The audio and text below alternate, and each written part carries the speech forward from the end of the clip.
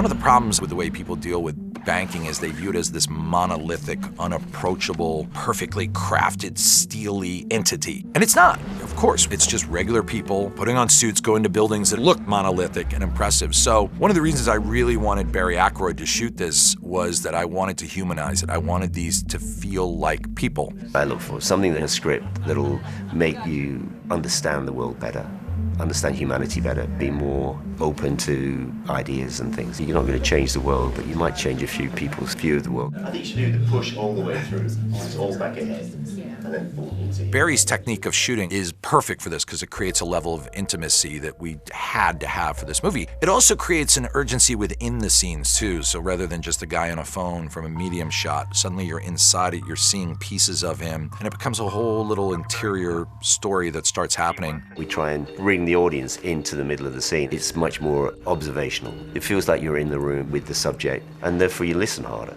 Him using those long lenses creates this voyeuristic sense of intimacy, which is just thrilling and so exciting. He has a way of being there, of putting you there, and it's almost like that's his magic, that's his art. If you shoot it with that traditional proscenium frame and just 3-layer light it and make it look all glossy, it doesn't feel human. And then it intimidates a crowd, and the truth is there's no way any of us should be intimidated by banking.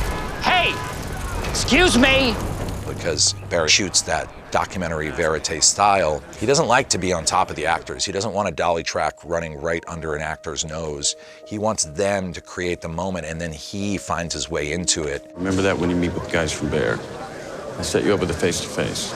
Also, where's that? It's like a flow, a constant flow of thoughts and insight. And Barry on the camera, I forget that he's there. He could be here right now filming this and I wouldn't even know. It's very loose, and so you feel very free. I talked with Barry about how we wanted to blend the styles, how sometimes we would go on dollies, sometimes we would be a little more classically framed, and I want the language to shift.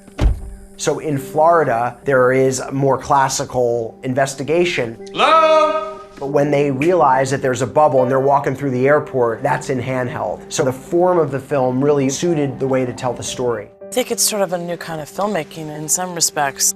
The choice to shoot on film for me was a no-brainer. I had done Anchorman 2 on digital. It was the first movie I ever did on digital, and quite simply, I hated the way it looked. I just hated it. To me, there's just no question film looks better. It's got a warmth to it, it's got a depth. It's a richer palette, cleaner, nicer look, and using a 500 ASA film stock for these interiors gives that film quality that when you shoot digitally, you're always promising we could add that in post. It's analog, direct light imprinting chemicals versus the binary code that's translating it through a day. And that sort of sharpness and coldness I knew for this story would not help us.